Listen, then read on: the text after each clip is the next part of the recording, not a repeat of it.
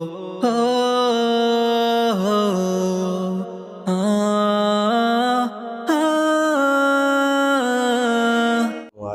वरहमतुल्लाहि वबरकातुह।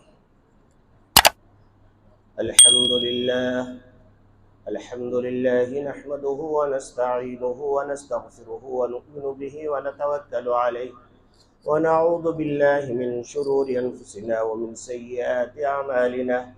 मन यहदिहिल्लाहु फला मुदिल्ल लहु व मन युद्लिलहु फला हादिय लहु व नशहदु अन ला इलाहा इल्लल्लाहु वहदहु ला शरीका लहु व नशहदु अन्न सय्यदना व मौलाना मुहम्मदन अब्दुहु व रसूलुहु।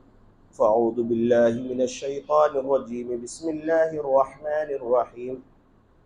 इन्ना जअलनाकुम खलीफतन फिल अर्द। सदक़ल्लाहुल अज़ीम व सदक़ रसूलुहुन नबियुल करीम। नहनु अला ज़ालिका मिनश शाहिदीन व शाकिरीन वल्हम्दुलिल्लाहि रब्बिल आलमीन। एक बार दरूद शरीफ पढ़ लीजिए। अल्लाहुम्मा सल्लि अला सय्यिदिना व शफीइना व नबिय्यिना व मौलाना मुहम्मदन अब्दुहु व रसूलुहु। अल्लाह हमारा है हाकिम, धरती पर हम उसके नाज़िम। अल्लाह हमारा है हाकिम, धरती पर हम उसके नाज़िम। कानून बनाने वाला वो, कानून चलाने वाले हम।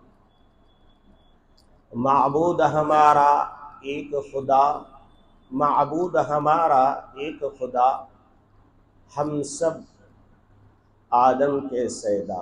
तबक़ों में बटी फिर इस दुनिया को, तबक़ों में बटी फिर इस दुनिया को, एक बनाने वाले हम, एक बनाने वाले हम।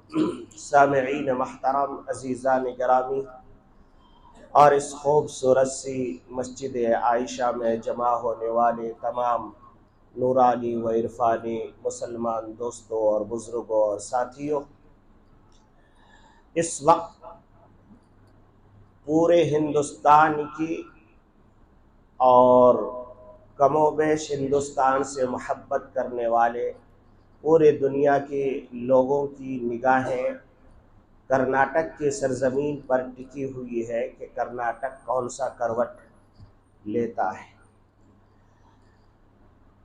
अब यहाँ लोग किस कदर बेदार हैं, ये 13 तारीख को पता चलेगा कि आज भी लोग मफाद परस्ती में और अपने चापरस्ती में या फिर इस कर्नाटक के सरजमीन जिसको गंगा जमनी तहजीब का सबसे बेहतरीन नमूना देखा गया है कि अल्हम्दुलिल्लाह सुम्मा अल्हम्दुलिल्लाह आज तक कर्नाटक में कभी भी ज़ात बिरादरी तबक़ात की वजह से ऐसा खून खराबा नहीं हुआ जो और जगहों पर होता रहता है, बल्कि यहाँ का हर कौम, यहाँ का हर तबका, यहाँ के हर इंसान एक दूसरे से प्यार और मोहब्बत के साथ ज़िंदगी गुजारते हैं।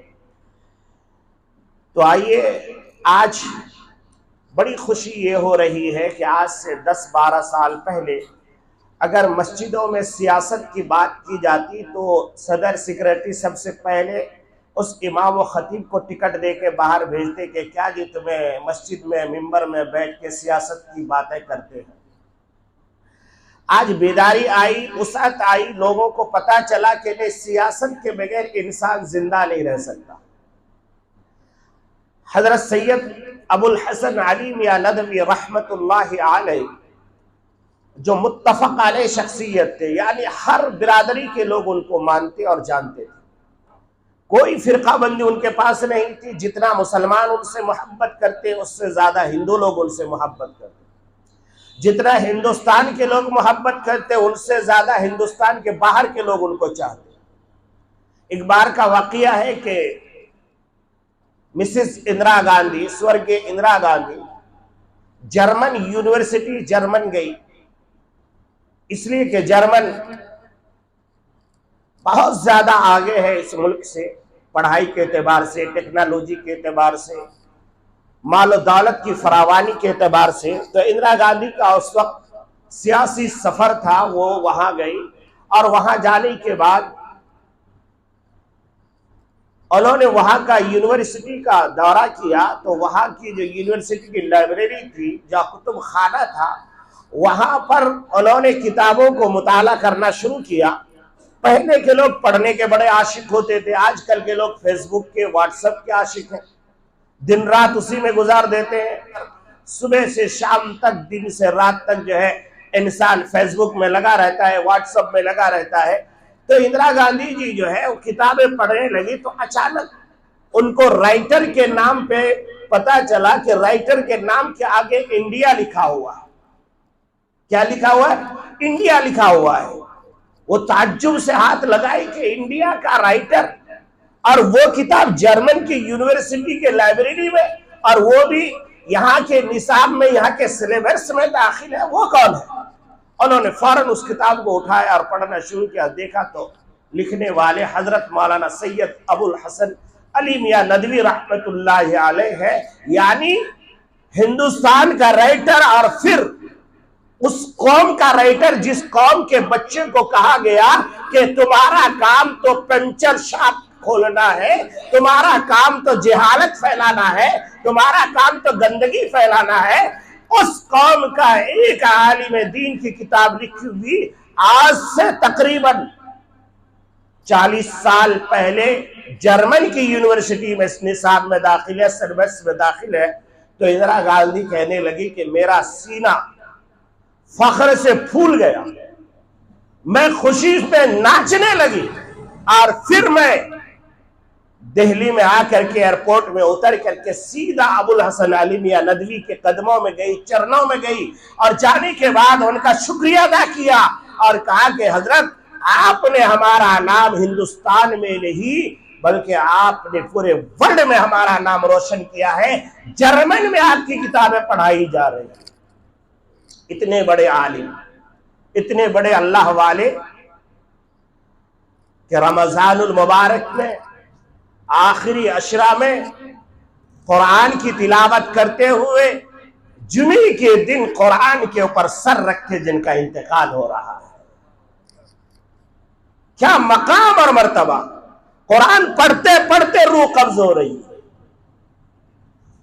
ऐसे अल्लाह वाले ने कहा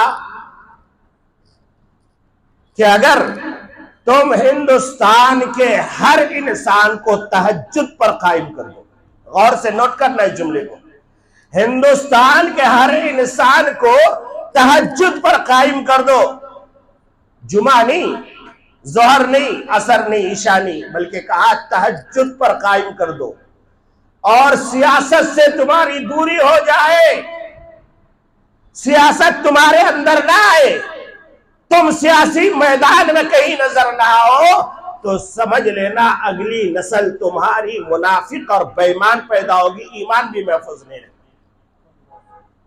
ईमान भी महफूज नहीं रख सकोगे। हजरत 35 साल पहले आप बर्मा गए थे, वहां जाके लोगों से कह के आए थे, लोगों ये कारोबार छोड़ो, ये तिजारतें छोड़ो, निकलो अल्लाह के रास्ते में, लोगों को दीन की दावत दो। यहाँ का जो अक्सरियत बिरादरी बहुत कौम है, इनको अल्लाह की वहदानियत की दावत दो, इनको अपने हमनवा बनाओ। अगर तुमने ऐसा नहीं बनाया तो मैं कोई बड़ा अल्लाह वाला नहीं, मगर मेरी आंख देख रही है कि आने वाले दिनों में तुम्हारे घरों को जला दिया जाएगा, तुम्हारे कारखाने लूट लिए जाएंगे, तुम्हारी बेटियों की, माओ की, बहनों की इज्जतें नीलाम होंगी, और तुम्हारी लाशें दरियाओं में बहेंगी। वो आप और हमने अपनी आंखों से देख लिया। हजरत के 30-35 साल कहने के बाद ये वाकया साबित आया। हजरत ने ही हिंदुस्तान के मुसलमानों से कहा था कि मुसलमानों, ये चापलूसी करना छोड़ो, दलाल बनना छोड़ो, सियासत में अपना हक जमाओ, इसलिए कि सियासत मुसलमानों का हक है। अल्लाह तबारक व तआला ने फरमाया, इन्ना जअलनाका खलीफतन फिल अर्ज़, जमीन का खलीफा हमने तुम्हें बनाया है, मगर तुम अपनी तिजारत में लगे रहे, तुम अपनी नौकरी और चाकरी के चक्कर में लगे रहे। नतीजा ये हुआ जिनको माओ की इज्जत का पता नहीं, जिनको बहनों की इज्जत का पता नहीं, जिनको हलाल का पता नहीं, जिनको हराम का पता नहीं, जिनको पानी और पेशाब में फर्क पैदा करने का तमीज नहीं, ऐसे लोग हुकूमत में हुक्मरान बन गए। नतीजा क्या हुआ? नतीजा आज हमारी और आपकी आंखों के सामने है। इसीलिए मुसलमानों, अपनी आंखें खोलो, जिंदा दिली का सबूत दो। कौन से पार्टी को चुनना है, ये माजी के सारे वाकयात आपको चीख चीख के कह रहे हैं। ये हमने जो इतने साल गुजारे, ये तारीख हमें बता रही है तुम्हारे नौजवानों की नौजवानी महफूज नहीं है। कहीं गाय के नाम पर, कहीं तस्करी के नाम पर, कहीं और किसी नाम पर तुम्हें पीट पीट के कुत्ते की तरह मार दिया जाता है। रास्ते में चलते हुए हमने देखा है, यही लालबाग में, लालबाग से कोई सांप निकल करके रोड पे आ गया, दोनों तरफ गाड़ियां खड़ी हो गई। क्यों? जहरीला है, काट देगा नहीं। ये हमारा देव है, ये हमारा माबूद है, ये हमारा भगवान है, हम इसे नहीं मारेंगे।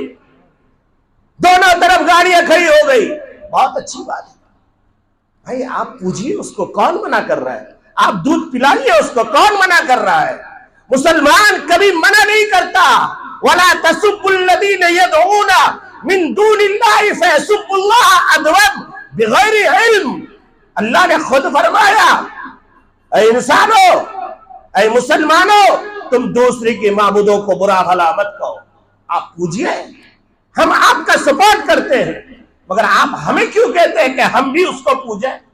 भाई हमारा रब, हमारा अल्लाह है, हम अल्लाह को मानने वाले। मेरा रब ने हमें पैदा किया। एक सांप को कोई मारने के लिए तैयार नहीं, मगर एक मुसलमान बच्चे को जब मारा जाता है, कोई अपनी गाड़ी रोक के नहीं पूछता इस मुसलमान को क्यों मार रहे हो, इस मुसलमान का कसूर क्या है?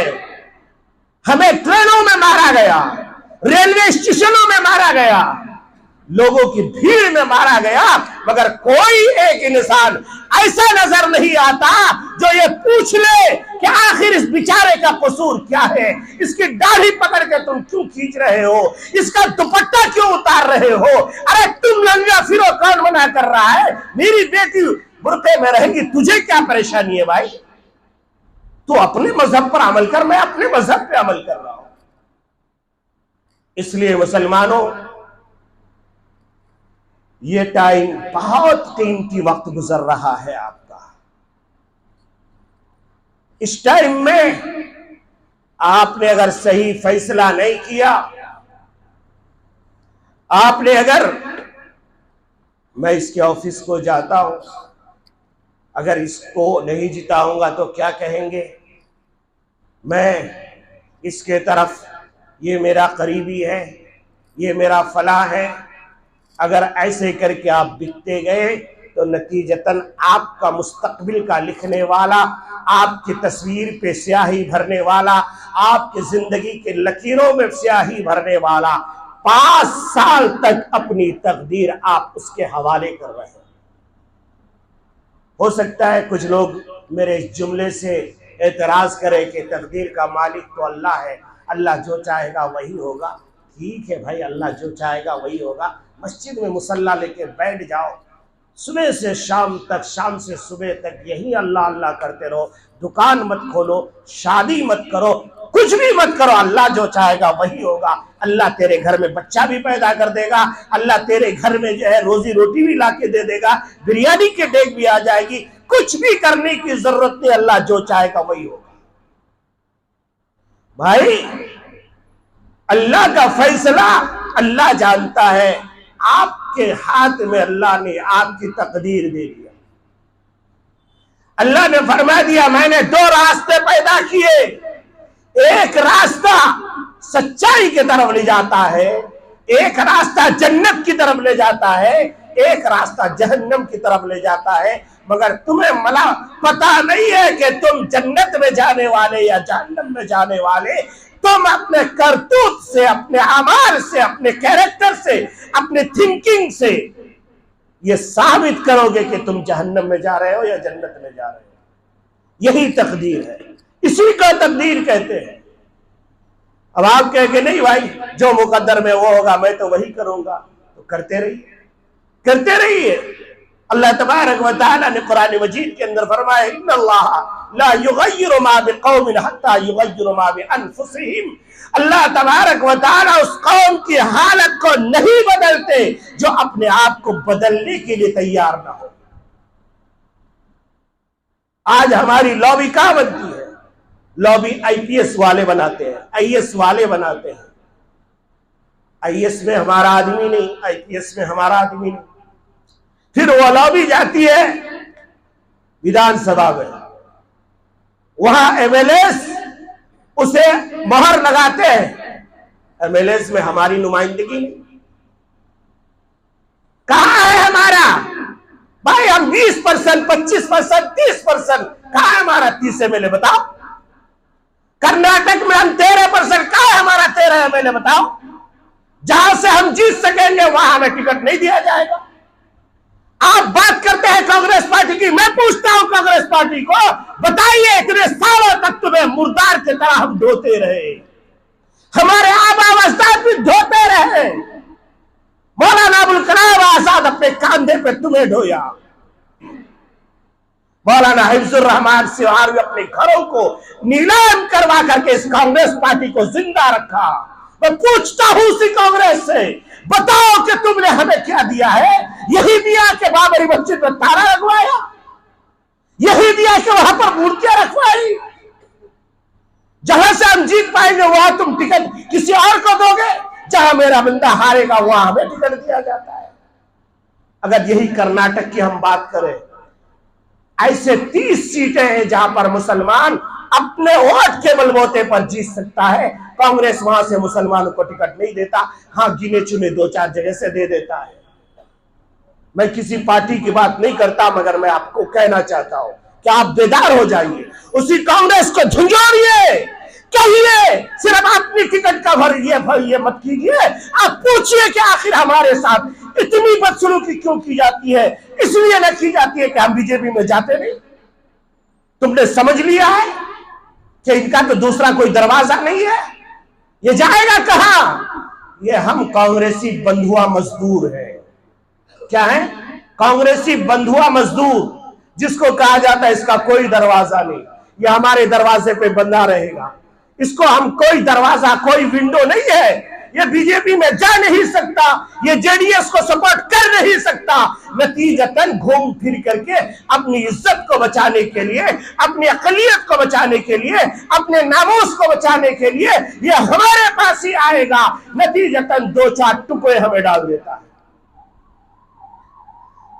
मैं किसी पार्टी का मुखालिफ नहीं, मैं सिर्फ मुसलमानों से और अमन पसंद शहरियों से, हिंदू भाइयों से ये गुजारिश करना चाहता हूं कि ये हमारा शहर बेंगलोर और कर्नाटक ये बहुत तेजी के साथ आगे बढ़ रहा था, बिना किसी तफरीक, मजहब और मिल्लत। हिंदू, मुसलमान, सिख, ईसाई, दलित सब लोग मिलकर के खुशहाल जिंदगी गुजार रहे थे। मगर कुछ सालों से हमारी खुशहाली पर गरन लग गया है, हम एक दूसरे के गिरबान खींच रहे हैं, हम एक दूसरे को बदनाम करने की कोशिश में पड़े हुए हैं। हमारा ये मुल्क, हमारा ये शहर, हमारा ये स्टेट, ये हमारा सूबा, कौन सी पार्टी उसी बार में उरूज पर ले जा सकता है जो हम 90s के जमाने में देख रहे थे, जो हम 2000 के जमाने में देख रहे थे? हर आदमी के हाथ में पैसा था, हर आदमी खुशहाल जिंदगी गुजार रहा था। उसी पार्टी को हमें सपोर्ट करना है। कोई पार्टी हमारे घर में आके खाना नहीं पहुंचाएगी और हमें फ्री का राशन भी नहीं चाहिए। ये फ्री खाने वाली आदत भिखारी बनाएगी आपको, फ्री खाने वाली आदत भिखारी बनाएगी आपको। अगर मांगना ही है तो मैं ऊंचे ओहदे वालों से कहना चाहता हूं कि तुम जाकर के जो भी गवर्नमेंट आए उस पर दबाव डालो कि ये हमारा वक्त की प्रॉपर्टी हमारे हवाले कर दो। ये जो हमारा वक्त की प्रॉपर्टी हमारे आबा अजदाद ने अपने दिलो जान को कुर्बान करके मुसलमानों की आबादी के लिए, मुसलमानों की तरक्की के लिए हमारे नाम करके गई है, उस पर अपना कब्जा छोड़ो, हमें दे दो। और मुसलमान दलालों से भी कहना चाहता हूं कि तुम अपनी जमीर फरोशी को छोड़ो, मिल्लत को बचाओ।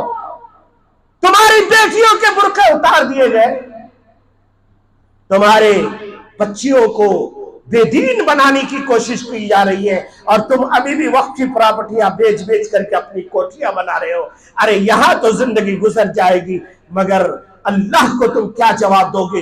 मिल्लत को क्या जवाब दोगे? आने वाली नस्लें लिखेगी ये मीर जाफर और मीर सादिक से बड़े गद्दार हैं ये लोग, जिन्होंने हुकूमत के इशारे पर वक्त की प्रॉपर्टियों को बर्बाद किया, बड़े बड़े होटलों को कायम करवा दिया, बड़े बड़े इलाकों में जो फैक्ट्रियां कायम करवा दी। इसलिए मेरे भाइयों, ये वक्त बड़े अजीब गुजर रहे हैं। मैं आपसे बड़ी आजिज़ी के साथ गुजारिश करूंगा कि मैंने कुरान के आयत से साबित किया, अल्लाह तबारक व तआला ने क्या कहा, इन्ना जअलनाका खलीफतन फिल अर्ज़। और फिर अल्लाह तबारक व तआला ने एक जगह फरमाया, वला तक्तुमुश शहादा, ऐ इंसानों शहादत को मत छुपाओ। आइए वोट की शरई हैसियत 2-3 मिनट में मैं आपको बताऊं। वोट के 4 मजहब है। कुछ उलमा कहते हैं वोट शहादत है, कुछ उलमा कहते हैं वोट वकालत है, कुछ उलमा कहते हैं वोट सिफारिश है। तो जिन्होंने शहादत कहा, वोट शहादत है, तो अल्लाह तबारक व तआला ने कुरान मजीद के अंदर फरमाया कि इंसानों शहादत को मत छुपाओ। अब जो इंसान घरों में बैठा रहता है, वोट देने नहीं जाता, वो शहादत के छुपाने के बराबर हुआ, वो गुनहगार है, कुरान के हुक्म की खिलाफ वर्जी कर रहा है। फिर कुरान मजीद के अंदर अल्लाह तबारक व तआला ने फरमाया कि ऐ इंसानों झूठी गवाही मत दो। कौल ज़ूर फरमाया, झूठी गवाही मत दो।